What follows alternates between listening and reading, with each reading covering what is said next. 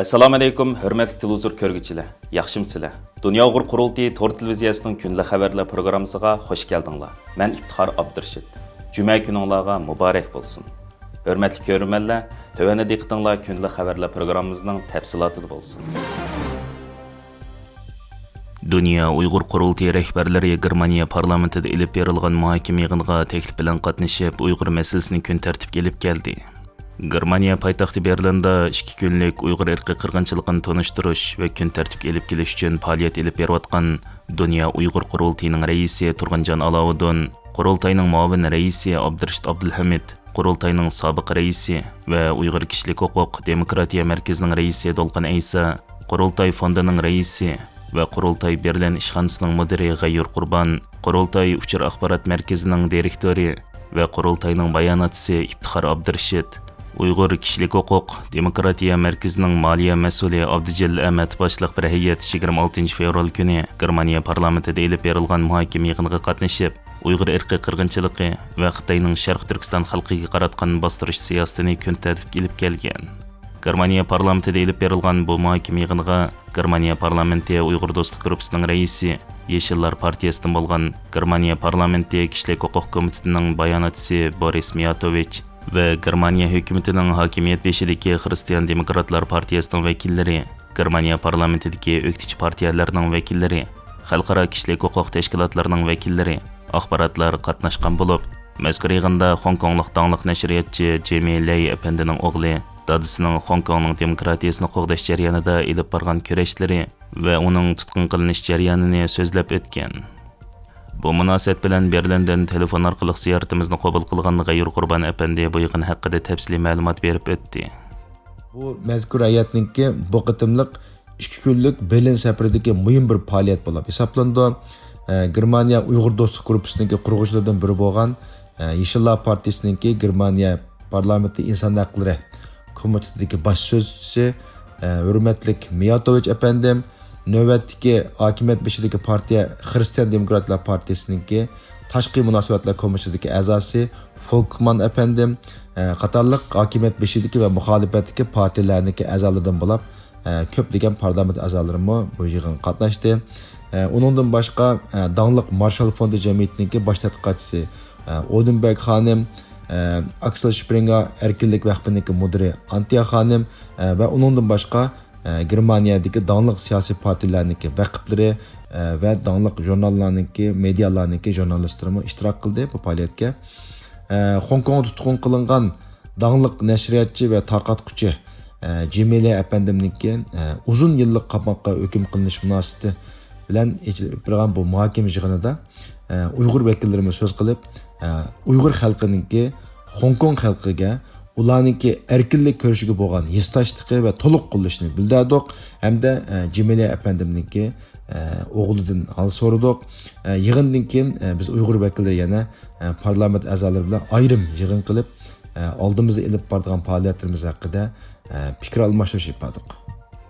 Dolqin Aysa apandi bu munosabat bilan Uyg'urlarning Hong Kongliklarning erkinligi ve Hong Kongning demokratiyasini qo'g'dash jarayonida elib borgan kurashlarni qo'llaydiganligini, Uyg'urlarning beshiga kelgan oqibatlarning Hong Kongliklarning beshiga kelganligini, o'zining dadisi va opasining Xitoyning jazo lagerlarida shahid bo'lganligini, aksi Yolqin Aysa va inisi Xushtar Aysaning hozir Xitoy turmusida ekanligini, shundaqla bu hissiyatni eng yaxshi tushunadigan xalqning Uyg'urlar ekanligini ta'kidlab, mushundaq ahvolda Yevropa davlatlarining faqat ayblab qo'yish bilan kifoya qilib, amaliy qadam bosmaganligini, bo'libmi Yevropaning parovuzi hisoblangan Germaniyaning asla takrorlanmaydi deyilgan irqiy qirg'inchilikning Uyg'urlarning beshiga kelganda amaliy qadam bosmaganligini, navbatdagi Xitoyning qirg'inchilik siyosatini to'xtatish va uni javobgarlik tortish uchun amaliy tadbir qo'llanishda boshlamchi bo'lishning ta'xirsizligini o'ttirib qo'yib o'tgan. Mazkur yig'inning riyosatchisi Boris Miyatovich apandi Dolqin Aysaning so'zidan keyin Germaniya xalqi ve cümleden o'zining Uyg'urlar uchrayotgan bu qirg'inchilik va Dolqin Aysaning oilasi duch kelgan fojiadan qattiq afsuslanib qoldigini, shundaqla o'zi vakillik qiladigan Yeşillar partiyasining har vaqt Uyg'ur xalqi bilan bir saf ekanligini bildirgan. Dünya Uyg'ur qurultiyi ijroiya komitetining raisi Roshan Abbas 25 fevral kuni Amerikaning Florida shtati Tampa shahridagi Janubiy Florida universitetida o'tkazilgan Uyg'ur irqiy qirg'inchiligini tushunish nomli alayda yig'inda doklad bergan. Mazkur faoliyatni Dunyoviy Milliy bexatarlik institutining kelgusi strategiya programmasi va birinchi tuzatish kirgizish manbiri uyushtirgan bo'lib, 90 minutlik yig'inda Ravshan Abbos xonim davomlashayotgan Uyg'ur irqiy qirg'inchiligi, Xitoy davlati tomonidan Uyg'urlarning majburiy emgakka selinishi va Xitoyning bugungi kunda dunyo demokratiyasiga selayotgan tehdidining kuchayishi to'g'risida tafsiliy to'xtalib o'tgan.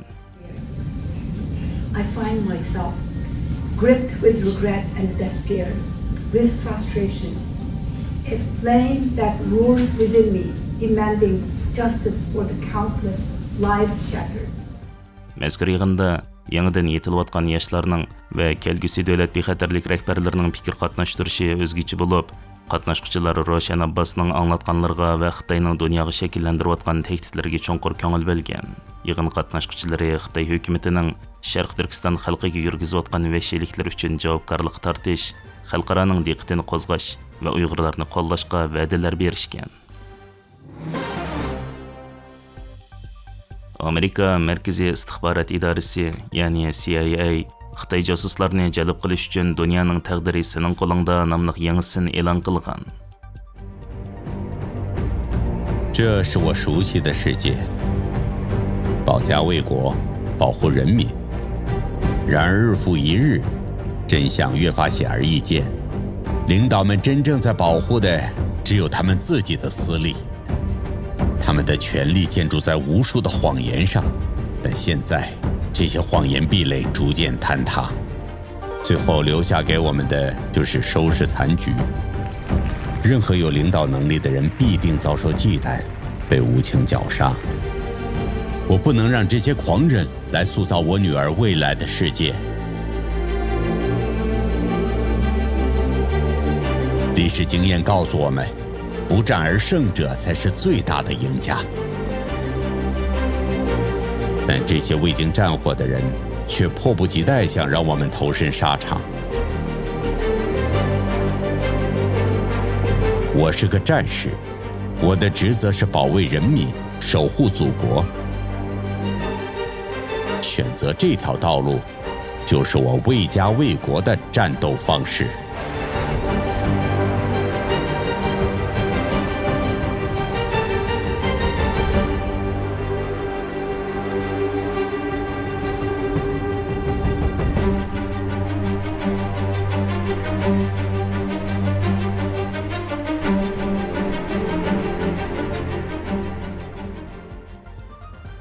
Amerika Markaziy istixborot idorasi 12 fevral kuni YouTube, X va Facebook qatorliq ko'plagan ijtimoiy taratqush bo'llarida Xitoy tilida dunyoning taqdiri sening qo'lingda nomli Xitoy josuslarini jalb qiladigan maxsus yangisini e'lon qilgan. Mazkur filmda Xitoy harbiy xodimlarini Amerika Markaziy axborot idorasi bilan hamkorlashishga va axborot ta'minlaguvchi bo'lishga chaqiriq qilib, dunyoning taqdiri sening qo'lingda deb xitob qilingan. Dadil o'tirg'i chiqish, kelgusi uchun deb nom berilgan 1 minut 35 sekundlik bo'lsinda harbiy xodimning yig'in zalida doklad anglayotgan ko'rinishida bu men o'zimni beg'ishlagan dunyo, vatanimni qo'g'dash, xalqni himoya qilish, lekin kunlarning o'tishi bilan haqiqat bargan sir ayon bo'lmoqda. Rahbarlarning qo'g'dayotgani amaliyotda faqat o'zlarining shaxsiy manfaati ekan. Ularning huquqiy tumanlagan yolg'onchiliklar ustiga qurilgan. Ammo hozir bu yolg'onchilik bilan qo'pirilgan tomlar asta-asta gumron bo'lmoqda.